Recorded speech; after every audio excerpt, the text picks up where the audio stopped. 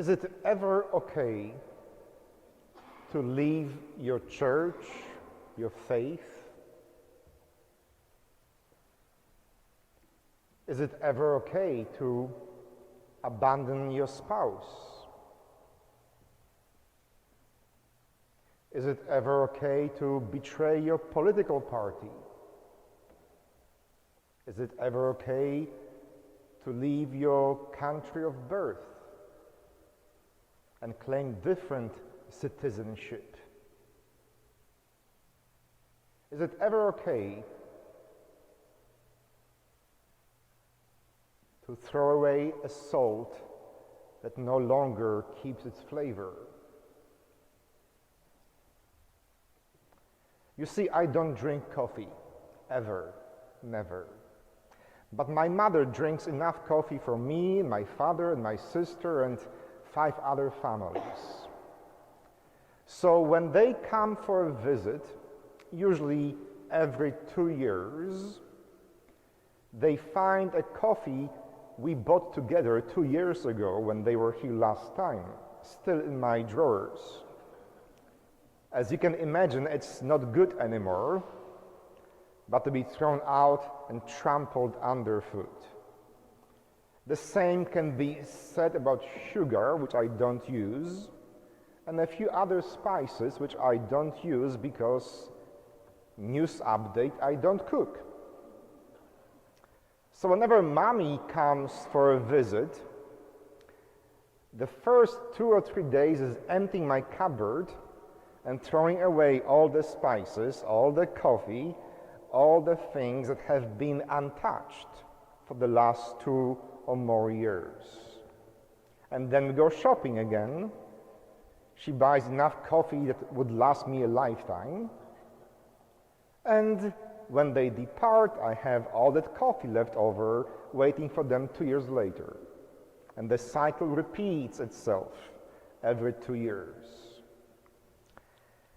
But my mom knows what she likes, she knows what coffee she likes, and she does not like an old coffee from 2 years ago. So it is okay to throw away your old unopened or even opened bags of coffee from 2 years ago. As a matter of fact, Jesus says it is okay to throw away salt that has lost its flavor. Because there are instances in our lives when it makes no longer any sense to hold on to things that have lost their flavor. And you may ask me, how do we differentiate between giving up too easily on my crazy husband and throwing away a coffee that had been opened for 2 years? And again, I will point out to what Isaiah said today. Strangely enough, we are used to hearing these words from the mouth of Jesus, but it is Isaiah 500 years prior who says, "Share your bread with the hungry, shelter the oppressed and the homeless, clothe the naked, and don't turn your back on your own." You see, the very essence of being the salt of the earth, of being a follower of Christ, is to share the bread with the hungry, to shelter the oppressed and the homeless, to clothe the naked. And I will go further, to visit the sick and prisoners. To do all these things we are so intimately familiar with from the Gospels, but we hear them today from Isaiah. When your salt, when your church, when your faith is no longer doing those things,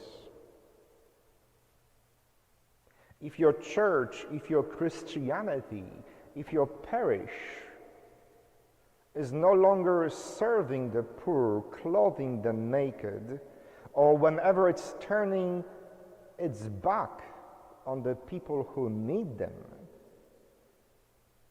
it is okay to leave your church and your faith behind.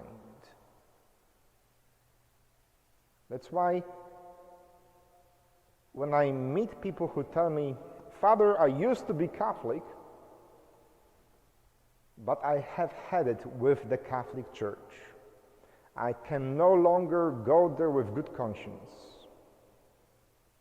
Many times I can tell them, you know what? I fully understand you. No judgment on my part. Because when I look at many churches, Catholic and non-Catholic, the born again and Pentecostal and every other church, so many of them are like that salt from the gospel that has lost its flavor. And as Jesus says, it's not good for anything else but to be thrown out, trampled underfoot. When your relationship, when your marriage is no longer life-giving, when it's not nurturing you, when it's not feeding you, when it's not providing a safe space for your heart and your soul, it is okay to throw it out. When your political affiliation that you have grown with for the last 60 years has lost its flavor, it is okay to throw it out and be trampled underfoot. When your country is no longer life-giving, it is okay to immigrate, as I did 20 years ago, and find relationship, a church, a country, a party that will be life-giving. You see, in a perfect world, there will be no divorce. In a perfect world, there will be one church and we all will be members.